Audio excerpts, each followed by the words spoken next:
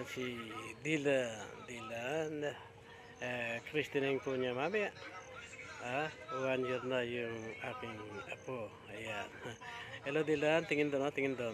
At syempre, parang alam na rin niya eh. Kagabi, hindi nakatulog. Imagine, launa na ng madali araw nung matulog. Para bagang excited din siya. Excited. Dylan. Dylan. Yan po siya. At syempre, para may rush na rin, magbe-birthday sa kanon to eh. Lunes ba? Lunes ba birthday niya talaga? Lunes. Sabay na yung kanyang binyag. Yun naman kasi uso ngayon para makatipid. Di ba Dylan? Ayan. Parang naintindihan niya. Oh. Ayan siya. At Dylan.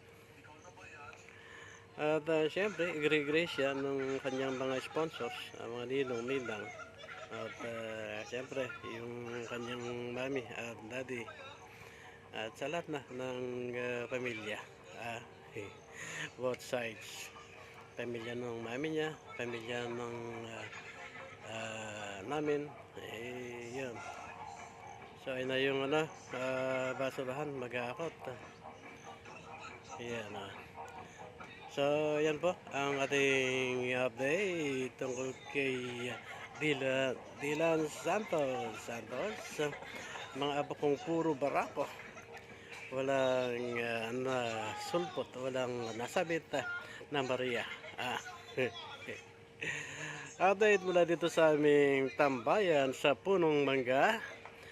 Just marvelous good morning.